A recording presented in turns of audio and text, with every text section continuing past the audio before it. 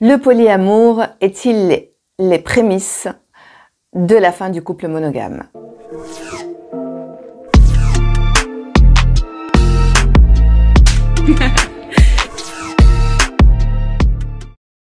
Aujourd'hui, cette vidéo sera sous la forme plutôt d'une confidence parce que ce sujet revient assez souvent. Celles qui ne me connaissent pas encore, je suis Karima Abbassi, je suis coach, entrepreneur, créatrice de la méthode Namaera et je suis là pour vous aider à retrouver votre puissance dans vos relations amoureuses.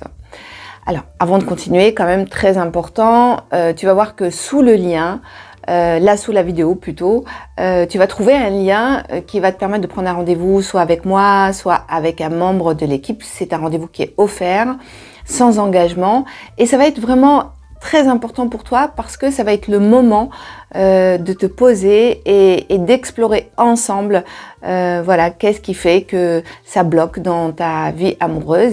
Avant de continuer aussi, je t'invite bien évidemment à t'abonner à la chaîne, comme d'habitude, un pouce, voilà, pour dire que tu as bien aimé.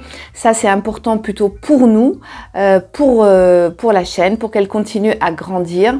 Alors, bien sûr que c'est important pour nous que cette chaîne continue à grandir. Si vous avez envie que je continue à vous faire des présentations et à venir vous faire des vidéos, et que la chaîne remonte hein, dans les algorithmes, voilà, tout simplement. Et c'est un échange de bons procédés, tout simplement. Alors, le polyamour. On va parler finalement, est-ce que c'est nouveau ce polyamour? Il y a avant et après. Avant, il y avait des couples monogames, c'était plutôt des relations monogames. Et dans le couple, il y avait toujours un ou peut-être les deux qui avaient d'autres relations en parallèle, mais qui étaient cachées. Voilà.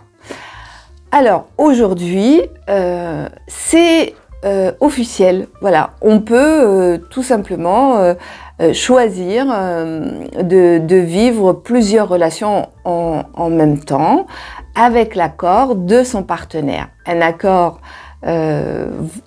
réel ou peut-être subi, ça c'est une autre question. Mais en tout cas, c'est un mode de fonctionnement qui est absolument, comment dire, en accord tacite entre les deux partenaires. Alors, ce que je peux dire, c'est qu'aujourd'hui, tout bouge, bien sûr. La société est en révolution à tous les domaines. Pas de genre, troisième genre, la remise en question de tous les codes. On va dire que les mœurs changent, les mouvements LGBT et puis voilà, voire d'autres féministes.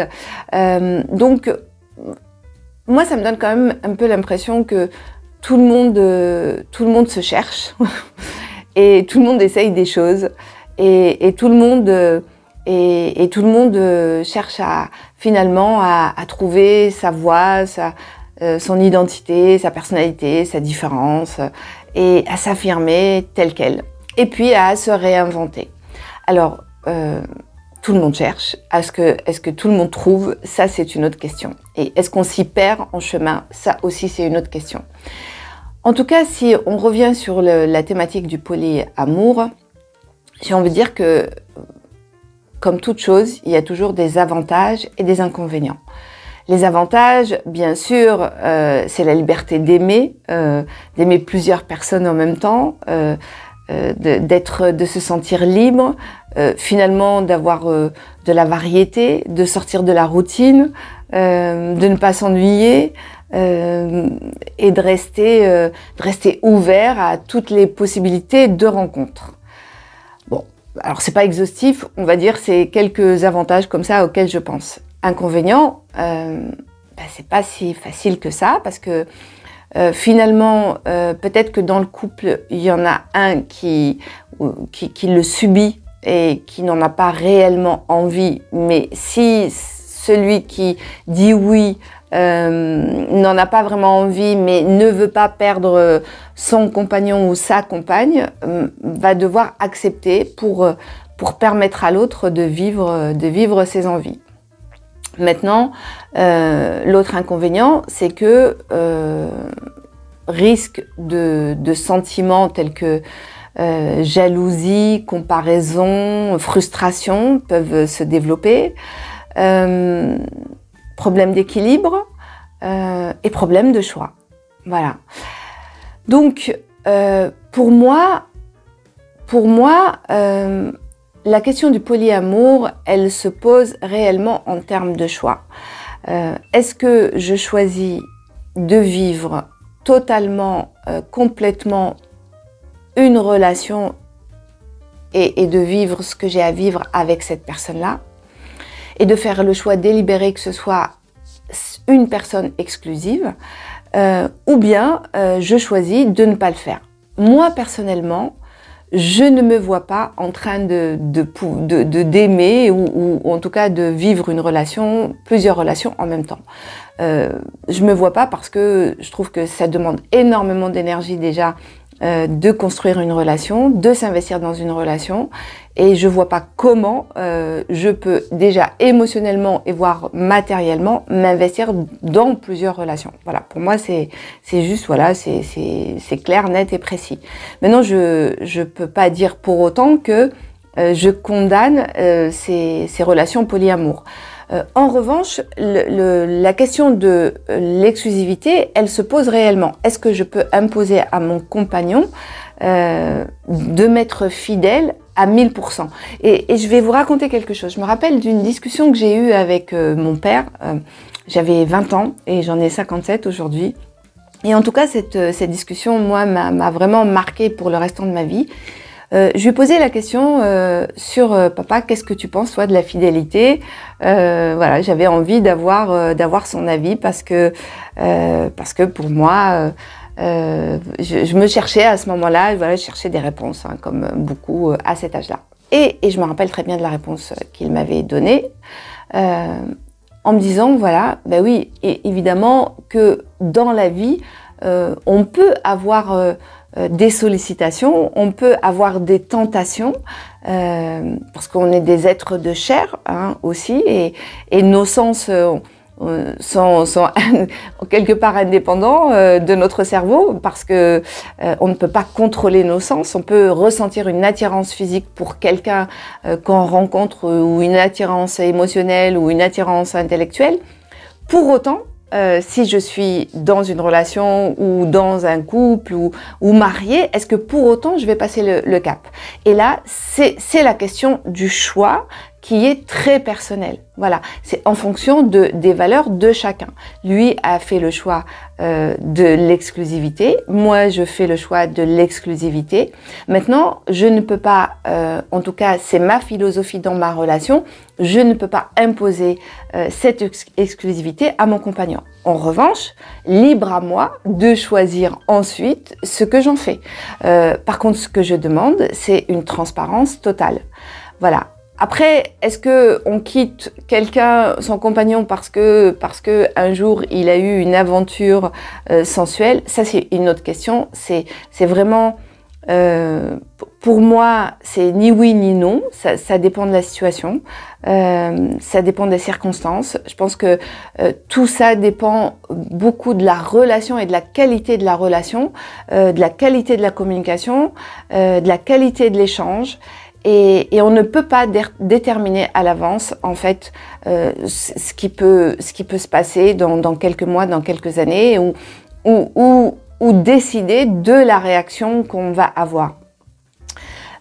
Pour moi, c'est pour ça que je ne parle pas de couple et que je nomme plutôt la relation, parce que comme je le disais déjà dans une vidéo précédente que je vous invite à aller regarder si vous l'avez pas vue, pourquoi j'ai éliminé le terme couple de mon vocabulaire, parce que pour moi justement le couple est enfermant et justement le fait d'être dans une relation, ça permet réellement d'avancer de façon infinie.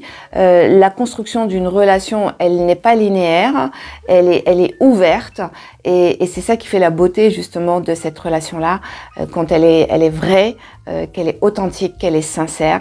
Donc elle va aussi évoluer en fonction de l'évolution de chacun et du choix de chacun. Voilà, donc j'espère que je vous ai apporté quelques quelques directions pour vous aider à réfléchir sur la forme du polyamour. En tout cas, ce que je vous invite à faire, c'est avant de dire oui à cette forme de relation, je vous invite réellement à vous poser, si la question se pose, pour vous, à vous poser, à réfléchir réellement, voire même à faire la liste des avantages et des inconvénients, et à réfléchir réellement, est-ce que c'est un réel choix que vous faites? Pourquoi c'est un choix? Pourquoi c'est important pour vous? Et est-ce que c'est un choix qui est subi ou est-ce que c'est un choix réellement qui vient de votre profondeur et de votre envie réelle? Voilà. Donc, et c'est important que aussi d'anticiper, on va dire, tous les inconvénients que pourrait présenter cette forme de relation, parce que si cette forme de relation est quelque chose qui vous attire, ça serait vraiment une erreur de croire que c'est la liberté de faire ce qu'on veut, comme on veut, et que ça ne demande pas également de la rigueur dans la gestion de ces multiples relations, parce que si on veut des relations équilibrées, ça va nécessiter une certaine discipline quand même au niveau de l'attention, au niveau émotionnel, au niveau de l'investissement. Voilà, j'en ai fini pour aujourd'hui, pour cette vidéo. Je vous rappelle simplement le lien que vous avez sous la vidéo qui vous permet de prendre un rendez-vous soit avec moi, soit avec un membre de l'équipe pour vraiment aller voir votre situation personnellement, pour voir qu'est-ce qui bloque dans votre relation amoureuse. Voilà, rappelle-toi qu'aujourd'hui c'est ton jour de chance et que peut-être ce rendez-vous-là va te permettre réellement de retrouver de la clarté et d'avoir un plan d'action. Parce que, pour reprendre une citation de Rumi, hein, ce poète perse, le plus important finalement c'est d'arrêter de chercher l'amour, parce que il est plus important d'aller chercher plutôt qu'est-ce qui bloque à trouver l'amour. Voilà, j'ai paraphrasé, c'est un petit peu, voilà, c'est ce que veut dire la citation. Voilà, j'en ai fini. Je vous dis à très bientôt. Un like, abonnez-vous et je vous dis à la prochaine.